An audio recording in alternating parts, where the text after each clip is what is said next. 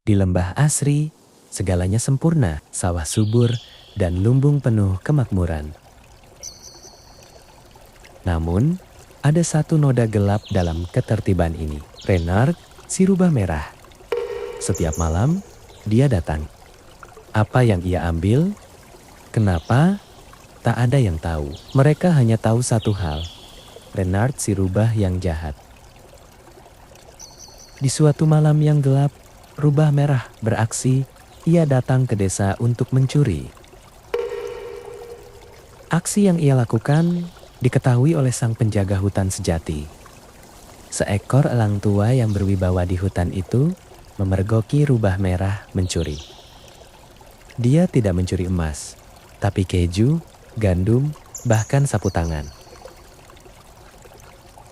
Hari berlalu, sang rubah merah kembali dan dilihat lagi oleh si elang. Namun, yang ia bawa bukan lagi makanan. Malam itu, Pak Tua Elang, penjaga hutan yang dihormati, melihat kejahatan Renard yang paling mengerikan. Pak Tua Elang, suara berwibawa, marah. Renard, berhenti di sana. Sudah cukup kejahatanmu. Kali ini di tengah hujan, Renard membawa seekor bayi musang yang menangis. Renard, yang tidak menghiraukan omongan elang tua itu dengan cepat, membawa anak musang berlari. Pak Tua Elang mencicit pada rubah merah itu, "Kau tidak hanya mencuri makanan, kau mencuri nyawa. Kau memisahkan anak dari ibunya hanya untuk memuaskan dirimu sendiri. Desa akan tahu kejahatanmu yang sebenarnya." Wajah elang dipenuhi penghakiman, membawakan kabar tentang si rubah merah pada warga desa.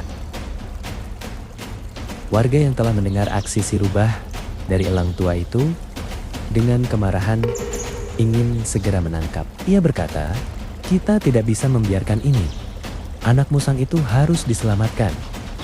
Sekelompok warga berkumpul, penuh amarah dan obor. Warga lain berseru, "Dia tidak punya hati. Ayo, kita buru dia." Penduduk desa didorong oleh amarah dan narasi Pak Tua Elang melacak jejak Renard hingga ke jantung hutan yang paling sunyi. Hutan yang anehnya tidak memiliki suara, warga berjalan menembus semak belukar, hening. Dan di sana, mereka menemukan kebenaran yang membungkam, bukan sarang pemangsa, melainkan sebuah tempat perlindungan. Pak Tua Elang terkejut, suara bergetar. Apa yang kulihat, Renard? Kenapa kau melakukan ini?" Renard menjawab dengan suara lelah, berat, "Saya tidak mencuri, Pak Tua Elang. Saya hanya mengambil apa yang saya butuhkan untuk menjaga mereka yang tidak bisa menjaga diri sendiri." Renard sibuk menutupi tupai dengan sapu tangan yang dicuri. Di sana terlihat ada bayi musang, kelinci yang kakinya diperban, dan tupai yang kedinginan di sarang hangat. Warga melihat dengan mata berkaca-kaca, berkata, "Tapi, gandum, keju, kenapa kau ambil milik kami?" Renard, pandangan tajam berkata, "Hutan kita sakit. Pohon gema yang membuat suara ibu mencapai anaknya telah mati. Anak-anak ini terpisah. Saya memberi mereka bekal dan perlindungan. Dan sapu tangan itu untuk kehangatan karena sarang mereka basah. Saya tahu saya terlihat buruk. Tapi tahukah Anda, satu-satunya cara agar saya bisa melakukan tugas mulia ini tanpa ditanya-tanya adalah dengan bertindak persis seperti yang kalian harapkan. Bertindak sebagai pencuri. Jika saya meminta, kalian akan mencurigai saya." Mata Renard menunjukkan kesedihan dan pengorbanan.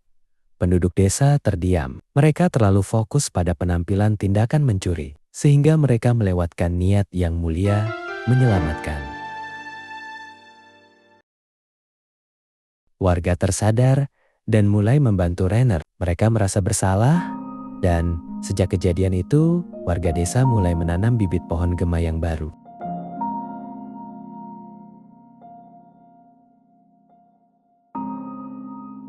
Teman-teman, makna sejati tidak selalu bersih dan mudah dilihat. Terkadang, kebaikan terbesar disembunyikan di balik tindakan yang paling kita hakimi. Hikmahnya, jangan pernah menghakimi niat seseorang hanya dari cara mereka bertindak. Karena di balik tuduhan, mungkin ada hati yang menyelamatkan yang bekerja dalam diam.